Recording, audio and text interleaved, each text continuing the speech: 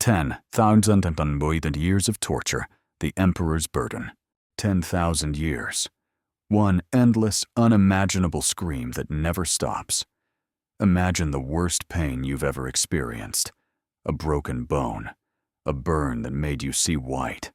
A migraine that had you begging for unconsciousness. Now, multiply that agony by infinity and stretch it across millennia. The Emperor of mankind doesn't get to die. He doesn't get to rest. He sits upon the golden throne, a corpse that refuses to stop suffering, holding together an empire of 1,000,000 worlds through sheer, agonizing willpower. And nobody truly understands what that costs. Deep beneath the Imperial Palace on Terra, in a chamber so vast and so sacred that fewer than 100 living souls have ever witnessed it directly, the Sanctum Imperialis stretches upward into golden darkness. Gothic architecture reaches toward infinity. Every surface is encrusted with 10,000 years of accumulated religious iconography. Skull motifs, aquila wings, prayer scrolls so ancient the words have faded to whispers of ink. Cables snake across the floor, thousands upon thousands of them, thick as tree trunks, thin as veins, all converging on a single point like the roots of some mechanical world tree. They feed into machinery that humanity no longer understands. They pulse with energy that would vaporize an unprotected mind. And at their center sits the golden throne itself. Upon that throne rests what remains of humanity's greatest champion. The Emperor is not alive in any conventional sense. His flesh has withered to a husk. Muscles have atrophied into leather, stretched over bones that should have crumbled to dust 8,000 years ago. His eyes, those eyes that once blazed with the light of 1,000 suns, are hollow sockets now. Yet something still burns within them, something ancient, something that refuses to surrender. The throne itself is a monument to desperation. Constructed during the final days of the Horus heresy, using technology humanity no longer comprehends, it was meant to be temporary. A stopgap. Magnus the Red was supposed to power the Astronomican, the psychic beacon that allows human ships to navigate the hellscape of the warp. But Magnus's betrayal shattered that plan. His psychic warning, sent with good intentions, tore open wounds in reality that can never heal. Now the Emperor himself must serve as the lighthouse for all humanity, at a cost beyond reckoning. Every single day, 1,000 psychers are sacrificed to fuel the throne's machinery. Their souls are fed directly into the Emperor's failing form. He feels each death. He absorbs each scream. He cannot look away, cannot shut out the torrent of human suffering that powers his own continued existence. This is not merely physical pain. The Emperor's suffering operates on levels that human minds cannot truly process. Quadrillions of prayers crash against his consciousness every microsecond. Desperate pleas, fervent worship, dying screams. All of it channeled through the warp directly into his shattered awareness. He experiences the psychic weight of an entire species that believes he is their god. He wages constant war against the 4 chaos gods in the Imperium: Khorne, Tzeentch, Nurgle, Slaanesh. His mind serves as the final barrier between humanity and demonic annihilation. Every moment, fragments of his consciousness battle horrors that would drive lesser beings to madness in microseconds. And beneath the palace, he holds shut a doorway to the webway, a portal he himself opened, now flooded with demons that would consume Terra in moments if his concentration wavered for a single heartbeat. What exactly does the Emperor endure each moment of his existence? How has 10 millennia of torture transformed him into something perhaps no longer human? And most terrifyingly, what happens if he finally breaks? The Emperor chose this, not because he desired suffering, but because the alternative was simply unacceptable. humanity's extinction. Every moment of agony is a choice renewed. Every second of torture is a battle won. But at what cost? What remains of the man who once walked among humanity, who laughed and loved and dreamed of a golden future for his species? That question haunts the shadows of the Golden Throne. The first layer of the Emperor's torment is not a weapon aimed at him by an enemy. It is a gift offered freely by the quadrillions of human beings who call him their god. It is the weight of their faith, a psychic hurricane that never, ever stops. His perception has no day or night, but he feels the turning of a million worlds. He feels the moment dawn breaks on a distant shrine world, and billions of the faithful begin their morning devotions. Their collective psychic emanation does not arrive as a gentle warmth or a comforting whisper. It arrives as a tidal wave of white-hot needles, a billion individual hopes and fears, and desperate pleas, all striking his consciousness at once. He does not feel their love as comfort. He feels it as pressure. An ocean of desperate, unending need pressing in on his shattered mind, threatening to crush what little of him remains. Then, disaster. On a hive world designated Ganthos, a genie-stealer cult uprising boils out of the underhives. 17 billion souls are caught in the slaughter. Their death screams are not lost in the void. They are channeled through the warp, amplified by terror, and fired directly into the Emperor's awareness. He feels each extinction. He cannot stop it. He cannot intervene. He can only bear witness. Through fractured psychic echoes, he sees a mother shielding a child that will not survive the next 5 seconds. He sees a line of Imperial guardsmen making a last stand. They know is futile. Their laser guns spitting defiance into an oncoming tide of claws and teeth. He sees an elderly priest on his knees, clutching an aquila, praying for a deliverance that cannot possibly come. The Emperor is their god, and he is utterly powerless to save them. He just absorbs their final agonizing moments. Somewhere else, on a blood-soaked battlefield in the Segmentum Pacificus, a space marine chaplain of the Imperial Fists raises his Crozius Arcanum. He bellows the Emperor's name as he charges into a horde of bellowing, blood-mad chaos worshippers. The chaplain's faith is absolute, a flawless, polished diamond of belief. For 1/10,000th of a second, it forges a perfect psychic link. The Emperor is no longer on the throne. He is in the chaplain's body. He feels the weight of the ceramite armor, tastes the recycled air of the helmet, feels the righteous fury singing in the warrior's blood. The chaplain's power maul connects, shattering a heretic's skull. There is a moment of pure, unadulterated triumph. And then a chain axe carves through the chaplain's side, and the connection severs like a torn nerve. The Emperor is violently thrown back into the agony of his own body, the chaplain's death a fresh wound on his consciousness. This is the great, terrible irony. The imperial faith, the religion built around his worship, is the very thing he spent his mortal life trying to prevent. He knew that raw, undirected belief was a poison. He preached the imperial truth, a creed of cold logic and human reason, specifically to deny the chaos gods the power of human worship. He outlawed religion. He burned churches. He executed priests. All of it was to protect humanity from the predatory entities of the Imperium. And now, 10,000 years later, he has become exactly what he sought to destroy. He is a god sustained by worship, a deity whose existence perpetuates the very cycle of faith-powered suffering he tried to break.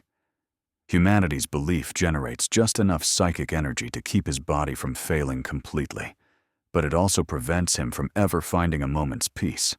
He is trapped in an eternal feedback loop.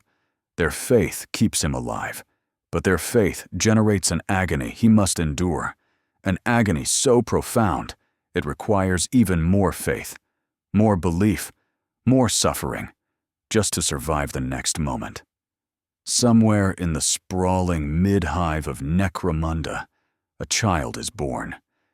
The infant is immediately baptized in the Emperor's name, a drop of sanctified water placed on its brow.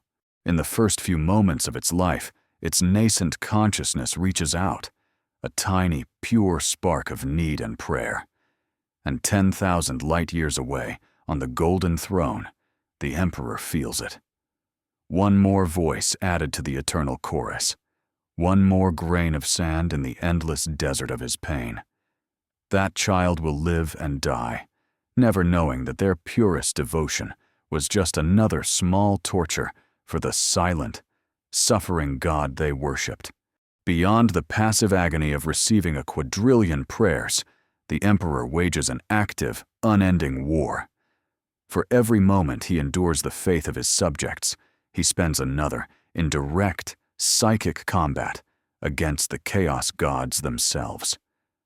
This is the second layer of his torment, a battle on a scale that would annihilate any other mind in existence. Fragments of his consciousness, splintered and scattered across the roiling hellscape of the warp, are locked in eternal conflict. Against Khorne, he is a blinding sun, a psychic avatar of pure golden will.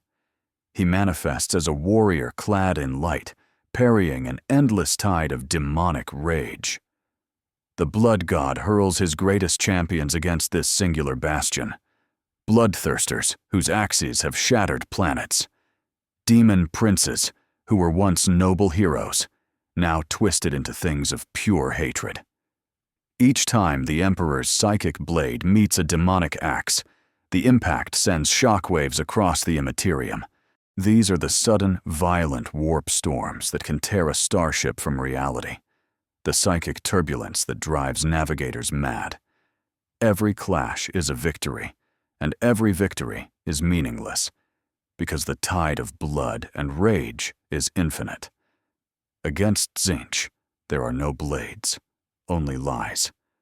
The Emperor plays an eternal game of divine, a contest of deception and counter-deception against the architect of fate.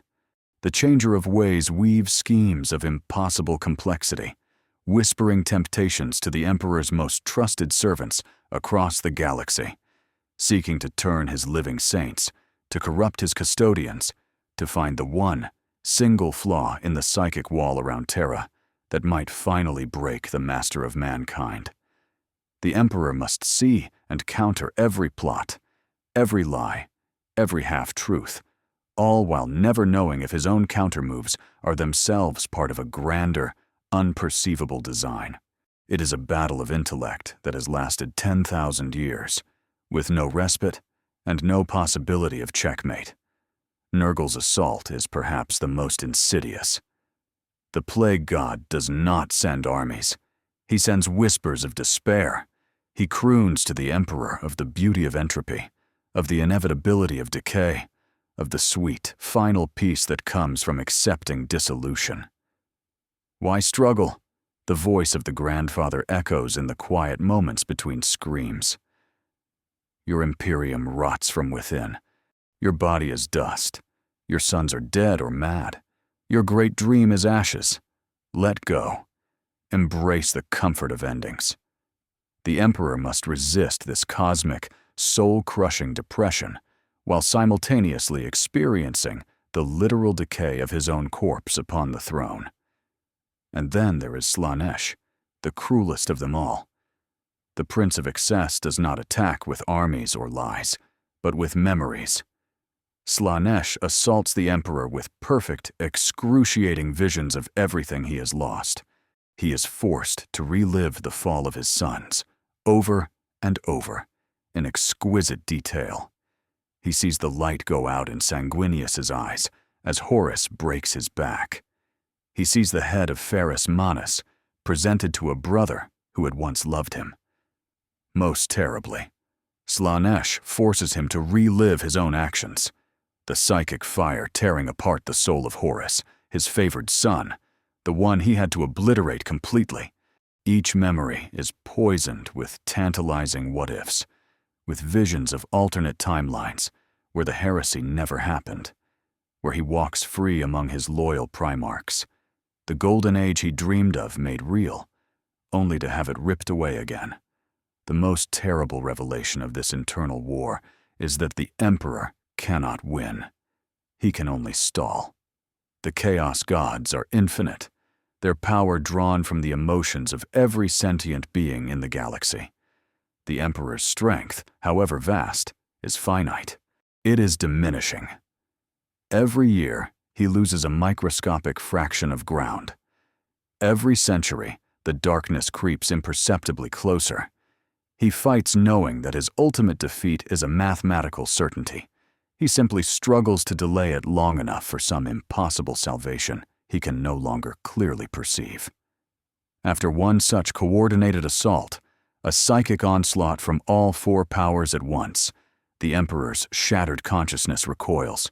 For a sliver of a nanosecond, it finds something resembling rest. And in that moment of profound weakness, a thought surfaces, a thought he has not allowed himself in 10 millennia. Doubt. Not in humanity's future, but in his own ability to continue. The question forms, unbidden, in the deepest core of his being. What if I stop? What if I simply let go? The moment passes. His will, a force that has held back galaxies of demons, reasserts itself. The war continues. But the thought existed. The crack in the dam had formed, if only for an instant. After 10,000 years, the Emperor is losing, one infinitesimally small surrender at a time. The physical agony of the Emperor is a universe unto itself. It is a torment that begins where the psychic wars and the weight of faith end, a horror rooted in the simple, brutal fact of his own ruined flesh. 10,000 years on, it is nearly impossible to distinguish the Emperor's body from the golden throne itself. He is not sitting upon it. He is fused with it. His withered form, a husk of leathered skin stretched taut over a skeleton that should have turned to dust millennia ago, has become just another component in the great and terrible machine. Cables, thick as a man's arm and encrusted with the grime of ages, pierce his chest, his throat, his skull, feeding him data, power, and a nutrient slurry his dead digestive system cannot process. Tubes force recycled, sanctified air into lungs that collapsed 8,000 years ago. His heart, if it can even be called that, beats only because arcane technology, a relic from a lost age, forces the atrophied muscle to contract. But amidst all this mechanical violation, one wound remains stubbornly organic, stubbornly real. Across his chest, visible between the life-sustaining conduits, is a blackened stain. It is not a scar. Scars heal. This is a perpetual injury, a point of metaphysical corruption, where the talon of the arch-traitor Horus sank not just into flesh, but into the very concept of the Emperor. It is chaos made manifest, a wound that refuses to close. It does not spread quickly. If it did, the Emperor would have been consumed in the first few centuries. Instead, it advances by atoms, by single molecules, an infection so slow that its progress can only be measured by the most obsessive custodians, who track its crawl across their master's chest with instruments of terrible precision. They do not speak of their findings. The truth would shatter the Imperium's last vestiges of hope. Once a century, the machine requires maintenance. An Adeptus Custodes, his name and deeds already consigned to legend, must approach the throne. The act is so dangerous that many have been driven instantly, irrevocably mad just from the proximity. One such custodian, his personal heraldry stricken from all records, was tasked with repairing a failing nutrient line. As he worked, his hand steady after 1,000 years of war, he made a mistake. He looked up. He looked at the Emperor's face. What he saw is a secret he took to his grave, What matters is what happened next. This warrior, this demigod in gold, who had faced demon primarchs and horrors from beyond the veil, began to weep. Not tears of sorrow, tears of blood, which sizzled on his gilded auramite armor. He finished his task in perfect, chilling silence, withdrew from the sanctum, and within the hour petitioned to join the next hopeless crusade into the eye of terror, actively seeking a death he knew was a mercy. Permission was granted without question. This is the secret the custodians keep. The Emperor is dying. But the truer, more terrifying secret is that the throne is dying too. It was never meant for this. It was a desperate, last-ditch effort, cobbled together with technology humanity no longer comprehends. The greatest tech priests of the Adeptus Mechanicus work constantly to repair systems whose functions are a mystery, replacing components they cannot replicate, guided only by 10,000-year-old rituals. Every repair is a guess. Every modification introduces new inefficiencies, new strains on a system already past its breaking point.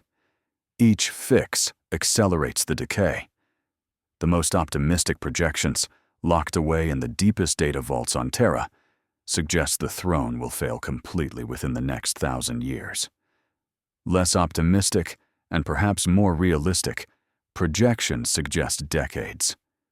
When the throne fails, the Emperor will finally, truly die. And with his death, the light of the Astronomican will be extinguished. Every ship in transit across the galaxy will be lost to the warp. Every world will be isolated, blind, and alone. The Imperium of man will not decline. It will collapse in a single catastrophic moment. And the Emperor knows. He feels his body failing, cell by agonizing cell. He watches the chaos corruption spreading, atom by treacherous atom. He is aware, with a clarity that is its own form of torture, that his death approaches with the cold inevitability of entropy itself, and he can do nothing to stop it. The being who once conquered galaxies, who created demigods from his own DNA, is now utterly helpless to save himself.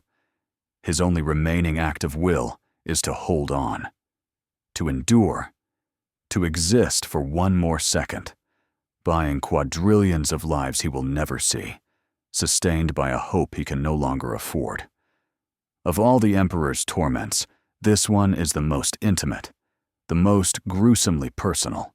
It is the price of his continued function, paid in a currency of screaming souls.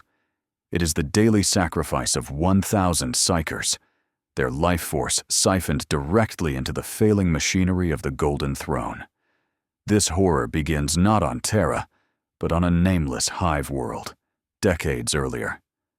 A girl, no more than 7, sees something she shouldn't, a glimpse of the future, a whisper from the ether. For this, she is taken. Her name is stricken from all records.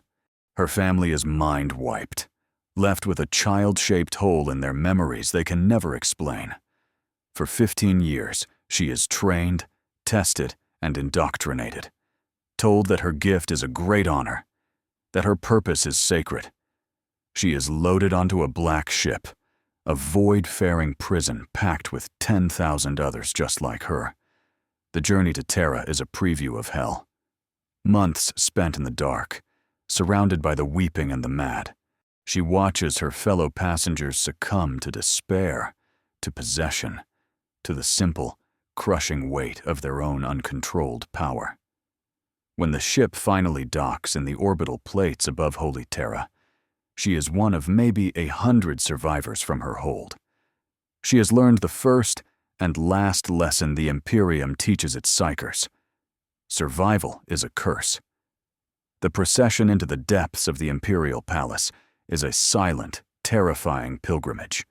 She walks through corridors that have not felt natural light in 10 millennia, past murals of triumphs she cannot comprehend.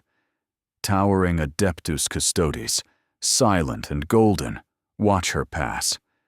Their disinterest is more terrifying than any malice. She is not a person to them. She is fuel. She is a single drop of water about to be added to an ocean of necessity. Finally, she reaches the Sanctum Imperialis, and she sees it, the golden throne. The sight breaks through her years of conditioning. The sheer scale of the machine, the aura of unimaginable agony radiating from it. It is not a throne, it is a torture device. She has a single, gut-wrenching moment of clarity. This is not an honor.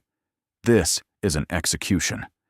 She is placed into a ritualistic apparatus, a cage of brass and cable. Her mind, which she has spent her life trying to control, is forcibly pried open. Her soul is exposed, laid bare to the throne's ravenous hunger. For one fraction of a second, she sees the Emperor, not the god figure from the murals, but the reality. A screaming, burning, shattered consciousness, holding the galaxy together with sheer, unending will. In that instant, she understands. The horror, the necessity, the awful cosmic joke of her existence, engineered from birth for this single, final moment of utility. And then her soul is pulled from her body. It is not a gentle release, it is a vivisection. She is turned inside out, her consciousness shredded, her life, her memories, her hopes, her terror, all of it consumed like dry tinder in a furnace.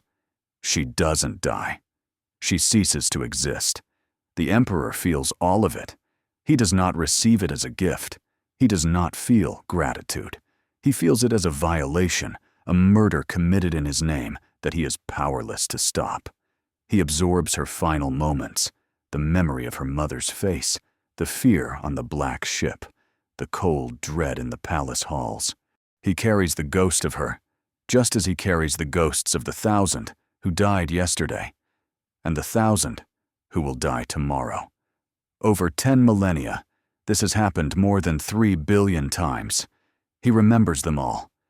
In the final microsecond before her soul is annihilated, the young woman projects a single, final thought toward the burning ruin on the throne. It is not a prayer. It is not a plea for salvation. It is a question, pure and simple. Why? The Emperor has no answer. He has never had an answer. He has 3 billion identical questions echoing in the shattered ruins of his mind, a chorus of the damned whose sacrifice keeps him alive. His only response is to endure, to continue to suffer, so that their meaningless deaths might purchase one more day for an Imperium that will never know their names. It is not enough. It has never been enough. But it is all he has. The sacrifice of 1,000 souls a day is a horror of necessity. The torment of the webway, however, is a horror of ambition. This is the Emperor's greatest failure, the dream that became a prison, a wound in reality he must personally hold, closed for all eternity. It wasn't supposed to be this way. The Emperor had a plan, a true path to humanity's ascension. He had discovered the webway, a labyrinth of trans-dimensional tunnels created by a long-dead alien race. It was a network that bypassed the toxic, demon-infested hellscape of the warp entirely. With it, humanity would have instantaneous, safe travel across the galaxy. No more navigators, no more Geller fields, no more reliance on the very psychic energies that fed the chaos gods. The Astronomican itself would become a relic. Humanity would be cut off from its predators, free to evolve in peace. It was the masterstroke, the final move in a game played for the species' soul. Beneath the foundations of his own palace on Terra, the Emperor constructed a gate, a human-built entrance into this alien network. The plan was for his son, Magnus the Red, a psyker of unparalleled power, to sit upon the golden throne, not as a torture device, but as a psychic switchboard, interfacing with and powering this new human portion of the webway, while the Emperor finished his great crusade. And then, everything went wrong. Horus fell to chaos, and Magnus, in a desperate, monumentally stupid attempt to warn his father, broke every single rule the Emperor had ever given him. He used forbidden sorcery to project his consciousness across the galaxy. This psychic message didn't arrive like a letter. It arrived like a wrecking ball, smashing through all the intricate psychic wards protecting the Terran webway. The dream shattered. In its place, a nightmare was born. Through the breach, 1 billion demons poured. An ocean of raw chaos flooded the tunnels beneath the Imperial Palace. It was an invasion at the very heart of the Imperium, an existential threat that forced the Emperor to abandon his crusade and race back to Terra. He fought his way to the breach and, with a cataclysmic exertion of power, slammed the door shut. He has been holding it closed ever since. For 10,000 years, a significant portion of the Emperor's consciousness has been dedicated to this single, agonizing task. He is a psychic dam, holding back an infinite ocean of madness that never stops pushing. He feels the pressure constantly, a force that would vaporize any other mind. He sees the other side, not an army, but an endless, churning sea of hungering impossibilities. Entities of pure hate, lust, and despair claw at his mental shield, whispering promises and threats, searching for the smallest crack, the slightest lapse in concentration. They do not tire. They do not sleep. They only wait. This is the terrible revelation of the webway. Its loss cost humanity more than a transportation network. It cost them their future. The Emperor's grand design was ruined, and humanity was left chained to the warp, forever vulnerable. And worse, it anchored the Emperor himself. He is psychically bound to that one spot beneath the palace, his focus perpetually divided, his power tethered. But the most crushing irony, the final, bitter twist of the knife, is this. The Emperor sits upon the golden throne because he refused to let his dream die. If he had simply accepted the catastrophe after Magnus's mistake, if he had sealed the breach permanently and abandoned the project, he might have retained enough of his full strength to face Horus on the vengeful spirit and survive. He might have won that duel without being mortally wounded. He might never have needed the golden throne at all. But he couldn't let it go. He couldn't admit that his grandest ambition had failed. And so he remains, a prisoner of his own hope, eternally holding closed a door that should never have been opened. The layers of the Emperor's torment are not all equal. Some are burdens of necessity, others of ambition. But this next layer, this constant grinding agony, is purely psychological. It is the simple, eternal grief of a father who has lost his children. The Primarchs, his 20 sons, were crafted from his own genetic essence. They were demigods, generals, and conquerors, but they were also his children. And their fates, betrayal, death, madness, and disappearance, are wounds that 10,000 years have not only failed to heal, but have kept perpetually fresh. His fractured consciousness is a prison of memory, forcing him to relive his greatest sorrows on an endless loop. These are not faded recollections. They are full, experiential replays. He is there, again and again, feeling every moment with the same raw intensity as the first time. He is on the bridge of the vengeful spirit, looking into the eyes of Horus. He sees not just a traitor, but the ghost of the son he loved most, his war master, his heir. He sees the face that once looked at him with adoration, now twisted by a hatred so absolute it is a physical force. And he relives the exact, soul-crushing instant he understood that Horus was gone. Not just corrupted, but erased.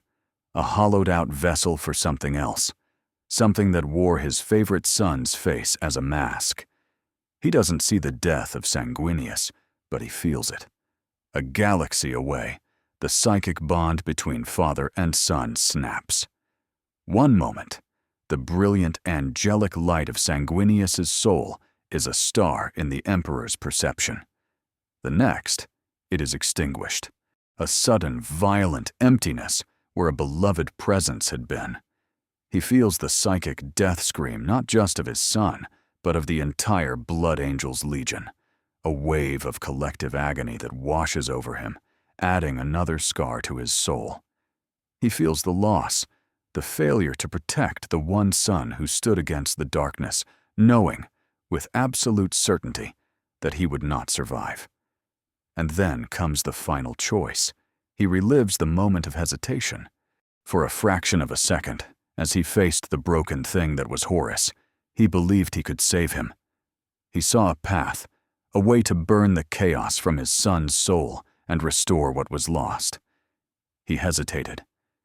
And in that breath of paternal hope, he watched Horus, with casual, thoughtless cruelty, murder a loyal custodian. That was the moment the dream died for good. The act that followed, the complete, utter obliteration of Horus's soul, was a necessity. But necessity doesn't erase the horror of it.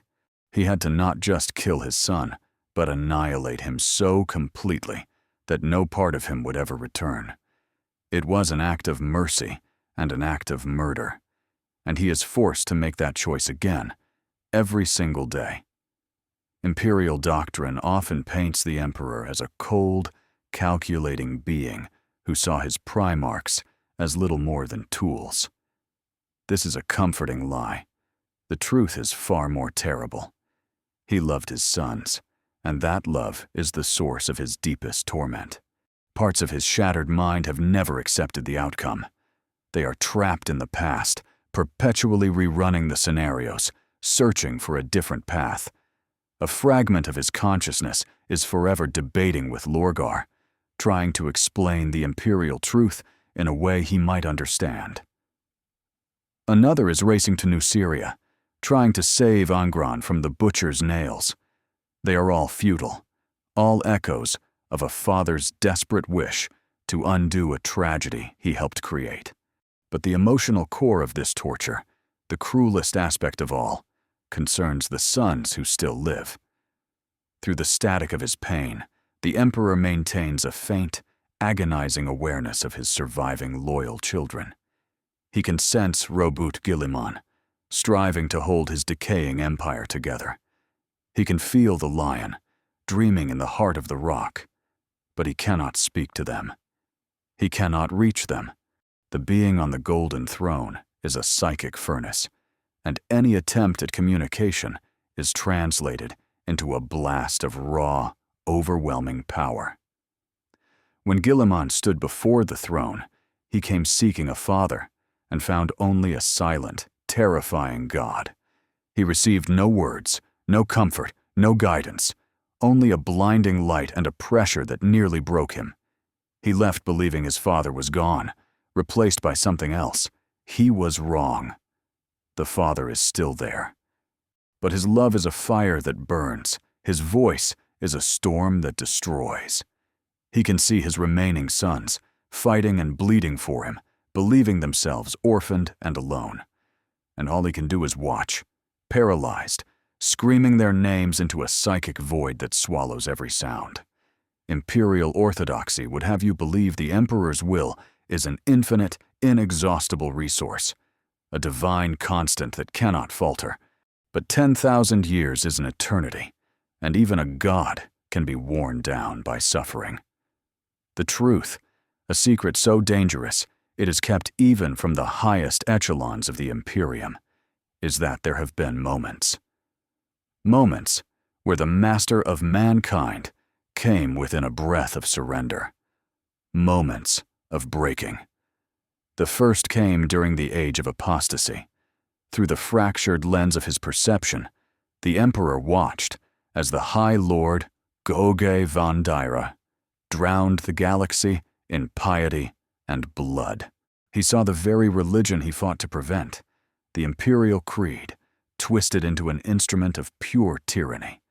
He witnessed billions of humans slaughtering billions more, all in his name. The sheer, maddening pointlessness of it all, the cosmic irony of his secular dream becoming a blood-soaked theocracy, nearly extinguished the fire of his will. The suffering was no longer for humanity's survival. It was for its self-mutilation. The futility was a poison that seeped into his consciousness, and for a time, he almost let it win. A second, more profound moment of near collapse occurred during the 13th Black Crusade. As Cadia finally fell, and the cicatrix maledictum tore the galaxy in half, the Emperor experienced something he had not felt in 10 millennia: despair. Not for himself, but for his species. The Great Rift was a physical manifestation of his failure, a wound across the stars that mirrored the wound in his own soul. For the first time, he truly believed that humanity might not survive. The walls of denial he had so carefully constructed over ages of agony crumbled. And for 73 seconds, a duration recorded in the most secret of custodian archives, the Golden Throne's psychic output flickered. Across 1,000,000 worlds, the light of the Astronomican dimmed. Astropaths screamed and died. Navigators went blind, and thousands of ships, with billions of souls aboard, fell out of the warp, lost forever. In those 73 seconds, the Emperor had all but given up. But the most dangerous breaks were not cosmic, but personal. In the long centuries after Guilliman's return, the Emperor became aware of a new betrayal. One of his remaining sons, a Primarch long thought lost but loyal, had not been corrupted. He had not been tricked or possessed. He had chosen. He had looked upon the state of the galaxy, at his father's decaying empire, and had willingly, consciously, embraced damnation. Death is a tragedy. Corruption is a violation. But choice is a rejection. After 10,000 years of clinging to the hope that his loyal sons remained a bulwark against the dark, this quiet, personal betrayal cut deeper than Horus's grand rebellion ever could. So what pulls him back from that edge, every single time? It is not hope. It is not love for his people, or faith in a golden future. It is something far colder, far more absolute, simple, brutal mathematics. In those moments of near surrender, his consciousness, for a brief instant, sees the alternative with perfect clarity. He sees the demonic tide bursting through the webway gate, consuming Terra in a heartbeat. He sees the Astronomican extinguish completely, plunging every human ship into an eternal, screaming darkness. He sees 100 billion worlds isolated and consumed, one by one. He sees the absolute, guaranteed extinction of the human race, and he cannot allow it. Whatever is left of the man, whatever remains of the Emperor, it is a being defined by a single, unbreakable imperative. Humanity must survive. His endurance is not a heroic triumph. It is a trauma response on a cosmic scale. He continues, not because he is strong, but because he is too broken to do anything else. His will is no longer a sword. It is a shield, locked in place by the sheer weight of the apocalypse it holds back. And within that prison of duty, a final, horrifying truth exists. Somewhere in the labyrinth of the Emperor's shattered mind, a single fragment of his original self has been screaming for 10,000 years. It is the part that remembers peace, the part that craves an end. It begs for death, constantly, eternally, and the rest of the Emperor's consciousness must expend a precious fraction of its fading power to suppress that scream, to deny its own desire for oblivion. He holds on not because he wants to, but because he must. And the infinite, agonizing gap between those two states is the true nature of his throne. 10,000 years of this, an eternity of torture, warfare, and sacrifice, The question that no one in the Imperium dares to ask, the one that keeps the highest-ranking custodians awake in their silent vigils, is not if the Emperor will die. It's what this agony is doing to him. What a mind becomes after 100 centuries of unbroken torment. What new shape is being forged in the crucible of the Golden Throne? The evidence is sparse, terrifying, and contradictory. When the Primarch Robuta Guilliman was resurrected, he journeyed to the Sanctum Imperialis to stand before his father. He expected to find the broken man he had last seen after the duel with Horus. He expected pain and grief and a shadow of the leader he once knew. He found something else. He has never spoken in full of what he witnessed, but the fragments that have escaped suggest an encounter not with a father, but with a phenomenon. He described a presence of impossible scale, a burning golden consciousness that did not speak in words, but in pure, conceptual force. It regarded him not with love or recognition, but with a cold, piercing evaluation, the way a scientist might study a specimen. Guilliman, the master of logistics and strategy, the avenging son himself, emerged from that chamber shaken to his very soul. And he is not alone. The Sisters of Silence, those psychic nulls who can stand in the throne room without having their minds scoured clean, report something even stranger. They feel no psychic presence, but they sense a void that is paradoxically full. One sister, before taking a vow of eternal silence, struggled to articulate it. She described the Emperor as no longer the shape of a man, even in concept. She called him a vessel, a container for a pressure so immense it was warping reality around it, something hollow and something overflowing all at once. From these fractured accounts, 3 theories have emerged, among the few who are even allowed to theorize. The first, and most palatable to the High Lords, is one of apotheosis. The theory states that the quadrillions of souls praying to the Emperor, feeding him their psychic energy for 10 millennia, are elevating him. He is ascending, becoming a true god, the god of order, humanity, and law. A new power in the warp, strong enough to one day challenge the ruinous powers on their own terms. The second theory is one of dissolution. It posits that no mind, not even the Emperor's, could withstand this. He has shattered. His personality has fragmented into 1,000 different consciousnesses, a legion of psychic shards all trapped within the same dying body. Some of these fragments still wage war against chaos. Others scream for the release of death. Some might even be trying to subtly guide the Imperium, while others work at cross purposes. The Emperor is no longer a single being, but a civil war fought within a single skull. The third theory is the darkest. It is the idea that the Emperor is not winning his war against chaos, but is instead being transformed by it. That 10,000 years of exposure to demonic whispers, to the psychic filth of the warp, has begun to corrupt him.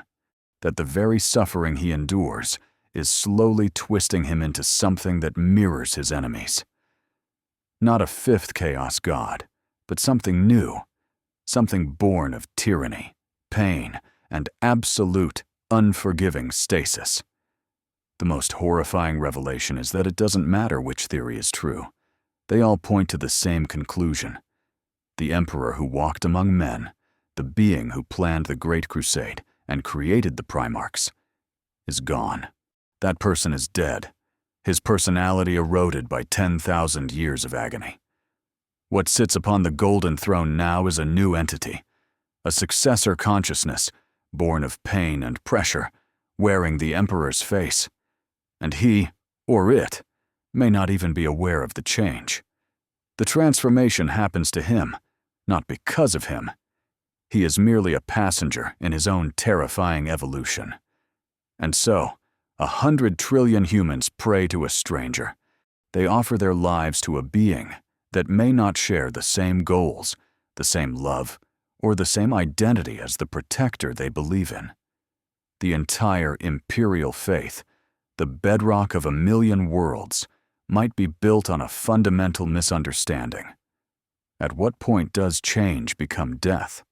At what point did the transformation become so total that the Emperor, as a meaningful identity, simply ended? And if he has ended, what exactly sits on the golden throne in his place? And so, we return one last time to the Sanctum Imperialis, to the golden darkness, the web of ancient cables, and the corpse king upon his throne of agony. After everything, the psychic hurricane of prayer, the endless war against chaos, the failing body, the daily slaughter, the prison of his own making, the ghosts of his dead sons. After all of it, a final question remains. What does it all mean?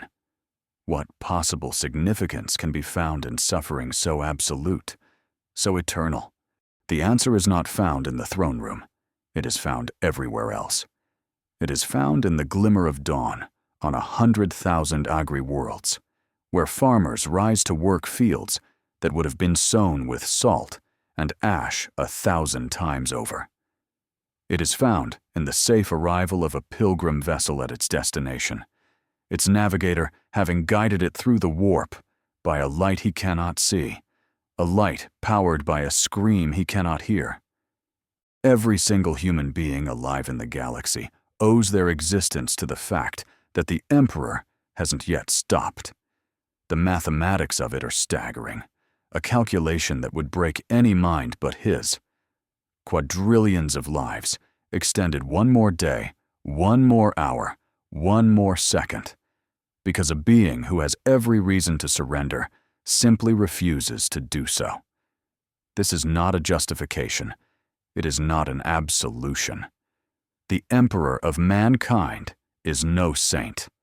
His grand design was riddled with arrogance. His methods were often monstrous.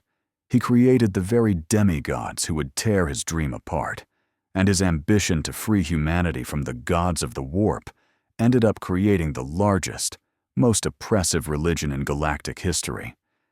He is not a flawless savior who deserves unquestioning worship. He is a failed father, a broken king, and a prisoner of his own tragic choices. But his suffering is real, and it continues for humanity's sake. The reality of his sacrifice exists independently of his mistakes, and that sacrifice has redefined the very concept of heroism. There is no glory on the golden throne. There is no triumph, no vindication, no final reward. There is only the grim, grinding, agonizing persistence of existence. It is the heroism of endurance, the willingness to suffer without relief, without recognition, without even the certainty of ultimate victory, all because the alternative, the extinction of your species, is simply unacceptable. The Emperor cannot be saved. His torture will not end in any time frame that is meaningful to us. He will not rise from the throne, healed and whole, to lead humanity into a new golden age. That dream is dead. All that can be offered is not hope, but acknowledgement. The simple, solemn recognition that somewhere, deep in the heart of the Imperium, a being endures this for us. And perhaps that is the only meaning that matters. Somewhere in the sprawling underhives of Necromunda, a child is born. They will live a hard life, and they will likely die a hard death. But they will live. They will be taught the Emperor's name in a dusty, candle-lit chapel. They will pray to him, draw strength from him, and believe that a benevolent guardian watches over them from a distant, holy world. They will never see the golden throne. They will never know the true cost of their guardian's protection. They will simply exist in a galaxy that would have scoured their world from the stars 10,000 times over without that sacrifice. That life continues. That children are born who would not have been. That the torture produces, if not happiness, then at least the possibility of it, for billions who will never comprehend what was paid for that chance. 10,000 years of torture. The Emperor's burden. The suffering continues. The Imperium endures.